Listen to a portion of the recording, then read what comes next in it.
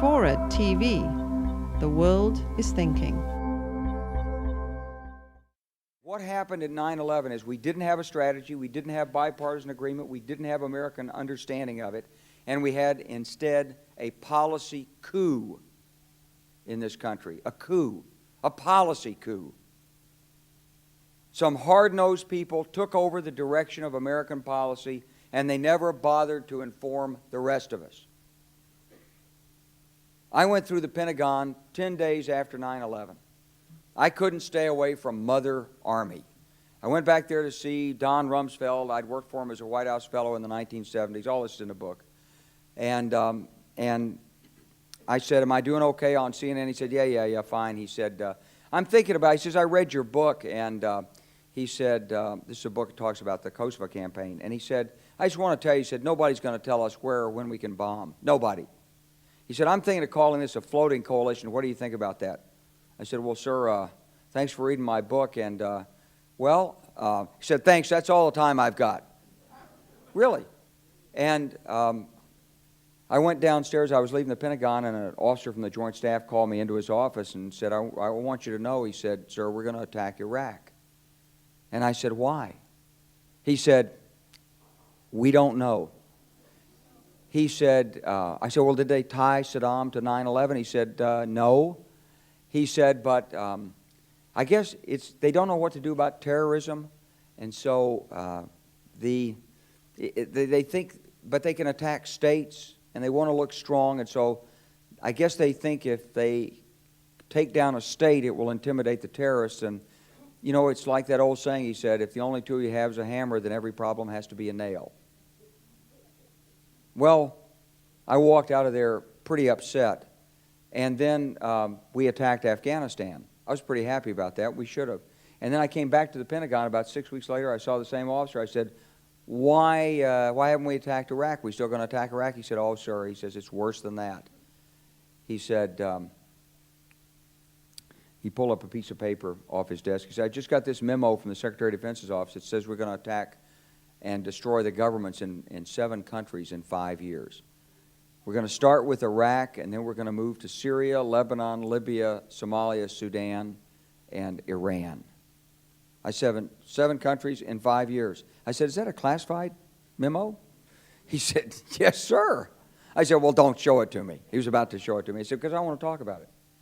And I sat on this information for a long time, for about 6 or 8 months. I was so stunned by this, I couldn't begin to talk about it. And I couldn't believe it would really be true, but that's actually what happened. These people took control of the policy in the United States. And I realized then, it came back to me, a 1991 meeting I had with Paul Wolfowitz. You know, in 2001 he was Deputy Secretary of Defense, but in 1991 he was the Undersecretary of Defense for Policy. It's the number 3 position in the Pentagon. And I had gone to see him when I was a 1-star general. I was commanding the National Training Center. I had met him one time. He said, if you ever get to Washington, come look me up. They always say that. Well, I was there in Washington. It was a Friday afternoon. I'd visited Colin Powell. He'd given me 5 minutes of his precious time and sent me on my way, and I was bored in the Pentagon, and I thought, I'll just go, who can I see? I think I'll see Wolfowitz. So I called, and up there, he was available. Scooter Libby came to the door. I met Scooter for the first time, and he brought me in, and I said to Paul, I said, and this is 1991, I said, Mr. Secretary, you must be pretty happy with the performance of the troops in Desert Storm. And he said, well, yeah, he said, but not really. He said, because the truth is we should have gotten rid of Saddam Hussein, and we didn't. And this was just after the Shia uprising in March of 91, which we had provoked, and then we kept our troops on the sidelines and didn't intervene. And he said, but one thing we did learn, he said, we learned that we can use our military in the region, in the Middle East, and the Soviets won't stop us. He said, and we've got about 5 or 10 years to clean up those old Soviet client regimes, Syria, Iran, Iraq, before the next great superpower comes on to challenge us. And it was like, you know, I'm coming out of the Mojave Desert. I've been training troops. I haven't been thinking geostrategy for some time. And suddenly a guy just sort of shoves this nugget at you. Well, you remember it. It was a pretty stunning thing. You mean the purpose of the military is to start wars and change governments. It's not to sort of deter conflict. We're going to invade countries, and you know, my mind was spinning. And I put that aside. It was like a nugget that you hold on to. This country was taken over by a group of people with a policy coup. Wolfowitz and Cheney and Rumsfeld, and you could name a half dozen other collaborators from the Project for a New American Century. They wanted us to destabilize the Middle East, turn it upside down, make it under our control. It went back to those comments in 1991. Now, did anybody ever tell you that? Was there a national dialogue on this? Did senators and congressmen stand up and denounce this plan? Was there a full-fledged American debate on it? Absolutely not. And there still isn't. And that's why we're failing in Iraq. Because Iran and Syria know about the plan. All you have to do is read the Weekly Standard and listen to Bill Kristol, and he blabbermouths it all over the world. Richard Pearl the same way. They could hardly wait to finish Iraq so they could move into Syria. It was like a laydown. Oh, our legions are going to go in there. This wasn't what the American people voted George Bush into office. Well, they didn't actually vote him into office, but it wasn't what many of the people who... It wasn't what he campaigned on. He campaigned on a humble foreign policy, the most arrogant foreign policy in American history. He campaigned on no peacekeeping, no nation building, and here he is with Afghanistan and Iraq. It's astonishing. So the root of the problem is not how many troops are in Iraq. Please believe me. Don't be mad, if you're a Democrat, at your Democratic congressman because they can't reduce the troops and frustrate the president. That's not the issue. And if you're a Republican, don't be mad at the Democrats because they're fussing with the troops. Whether you're a Democrat or a Republican, if you're an American, you ought to be concerned about the strategy of the United States in this region. What is our aim? What is our purpose? Why are we there? Why are Americans dying in this region? That is the issue.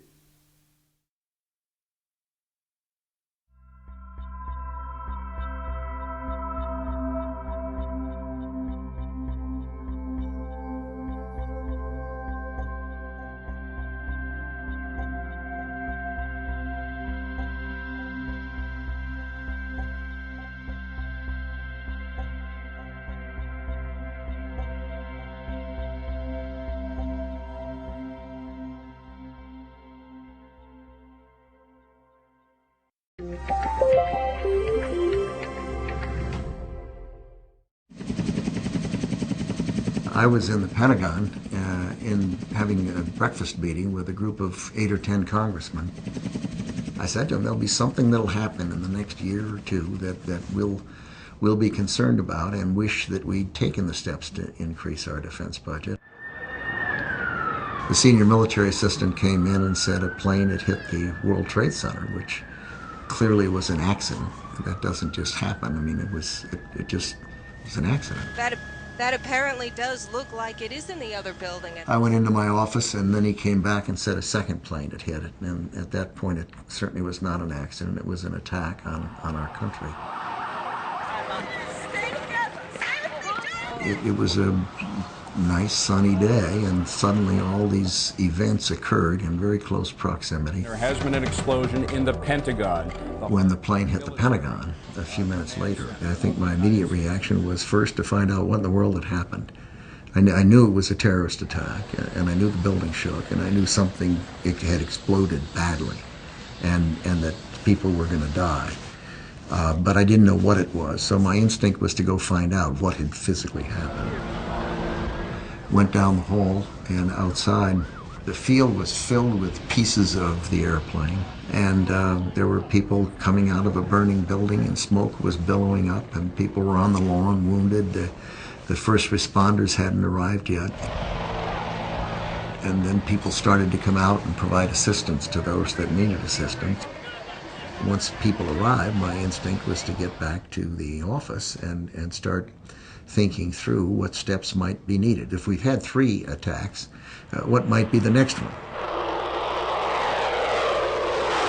Eventually we launched some aircraft that were armed and were prepared to shoot down an airplane if they had to, which would have been a terrible thing to have to do. As you can imagine, an American airliner filled with innocent men, women, and children, but taken over by terrorists and ready to attack, for example, the White House or the Capitol.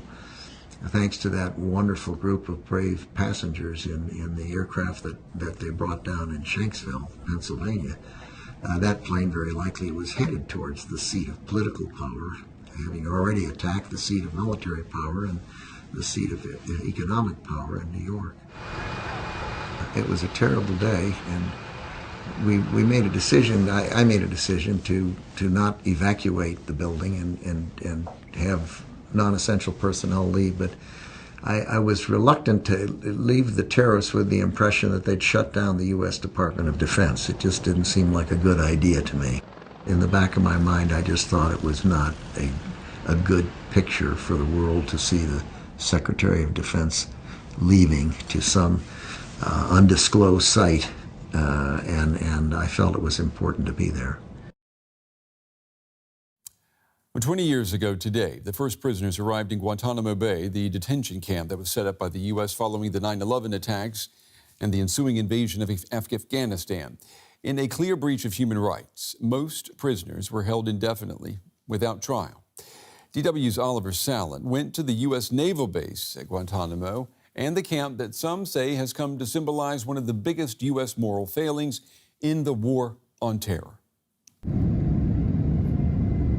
Guantánamo, located in a tropical paradise, but the U.S. naval base in Cuba stands for human rights abuses and torture.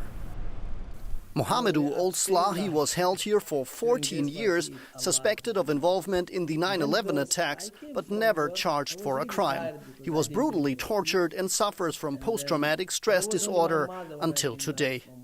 3-4 nights ago, I woke up and I was shaking, so scared, because I saw my jacket on the door, and I thought it was someone coming to get me. And it took me a very long time. Sometimes I wake up, I cannot breathe. Defense counsel Anthony Natale represents an alleged al-Qaeda terrorist who arrived here in 2006 and since then has been waiting for his trial. Guantánamo has been seen internationally as a stain on American history. So where does that place here put the United States? We are ashamed that everything that made this country one that we could say was a free country, that had equal justice for all, has abandoned all of that. And that's sad. It's sad. And I don't know how we're going to be able to recover. Guantánamo was built after the 9/11 attacks. The U.S. government aimed for a forceful and rapid response. The United States will hunt down and punish those responsible for these cowardly acts. In the war on terror, America and its allies invaded Afghanistan. The U.S. naval base at Guantánamo Bay served as a prison for alleged war criminals and terror suspects, a place where the Constitution of the United States does not exist. Ever since it was opened, human rights activists argue Guantánamo is where the U.S. lost its moral authority, a place of torture and double standards that is mostly off limits for our camera. But there's also another side of Guantánamo, a place where 6,000 inhabitants try to go about their everyday lives in a bizarre contrast to the infamous prison. Residential areas resemble small-town America, some normalcy in a place full of contradictions. Radio Gitmo delivers the soundtrack for Guantánamo, and she is Gitmo's voice. All right, Gitmo, hello. Welcome to your morning show with DJ Candles, otherwise known as Petty Officer Annalise. Court trials and the prison are not part of their coverage. It's not really part of like the culture here, you know. That's another side of the base. Here on this side, we have a whole different type of operations going here. The new school allows its students somewhat of a normal childhood, 5 kilometers from the notorious torture prison. Good. Okay, what are some other things that you know about Native Americans? That's actually the message that Guantanamo Bay sent to the whole world. They said there are two kinds of people in this world: people who don't deserve the rule of law, like Muslim young people, and people who deserve the rule of law. Out of almost 800 former detainees, 39 are still incarcerated in Guantanamo. Only 2 have been convicted of a crime. Well, my next guest is Cliff Sloan. He is an attorney and American diplomat who served as the special envoy for Guantanamo's closure under former President Obama. It's good to have you on the program, Mr. Sloan. We wanted to talk with you today because you were the man, you were put in charge of closing Guantanamo back in 2013. You quit the job after 18 months. Talk to us about your experience. I mean, what was the biggest obstacle then in shutting down the prison? Well, the obstacles that have come up with Guantanamo closure are political opposition that is irrational and not based on fact, and some legal obstacles based on laws unwisely passed by Congress. But having said that, there is no reason that we cannot move forward with closing Guantanamo. And actually, it's important to note that we made a lot of progress. When I became special envoy for Guantanamo closure, there were 166 people remaining at Guantanamo. When President Obama left office, there were 41, and as we just heard, there are 39 now. And the reason I emphasize that is because sometimes there's fatalism and a sense of defeat, and we absolutely can and must move forward aggressively on moving the remaining people out of Guantanamo. It can be done despite any obstacles. Where would they be sent, Mr. Sloan? Where would you send them? Well, okay, so of the 39, 12 are facing charges in the military commissions process, including 2 that were convicted. 27 have never faced Those 27, unfortunately, there still is a law that they can't go to the United States, but they can either be repatriated to their country of origin, or if that's not possible for national security or human rights reasons, they can be resettled in third countries, as has been done with other detainees. And when I say transfer to them, I'm not saying transfer to incarceration. I'm saying transfer to freedom. Those 27 should be transferred to other countries. It's difficult to work that out, but it is something that is very important. It can be done. In the first year of the Biden administration, there's only one person that has moved from Guantanamo, and that is just far too slow a pace. And what's the problem? I just want to be sure, though, of the people that you would like to see transferred, do we know how many cannot go back to their home countries because their home countries simply refuse to take them? No, I mean, those numbers are not a matter of public record. But, you know, that sometimes is used as an excuse. It sometimes is said, oh, the reason they're still at Guantanamo is because there's no place for them to go. And in my experience, that simply is not correct. As I was saying, it takes a lot of work. But other countries, including countries in Europe and countries elsewhere in the world, who recognize that Guantanamo needs to be closed and that these people need a place to go to, have provided resettlement opportunities. So it can be done. This line that you hear sometimes that, well, they're there because there's no place for them to go is simply wrong. Homes can be found for them. Mr. Sloan, I've got 30 seconds now. People around the world that were looking at this and saying, you've got these people there 20 years after setting up this prison. Why haven't you brought them to the U.S., charged them with a crime, and tried them like you're supposed to do when you're respecting the rule of law? Well, in terms of bringing them to the U.S., unfortunately, Congress passed a law that they cannot be brought to the U.S. for any purpose, including a prosecution. There is this military commission process, and 12 of them have faced charges there. That process has had many, many problems itself. The reason the others haven't been brought to trial there is there simply is not the evidence to do so, and that is why they need to be transferred out of Guantanamo immediately.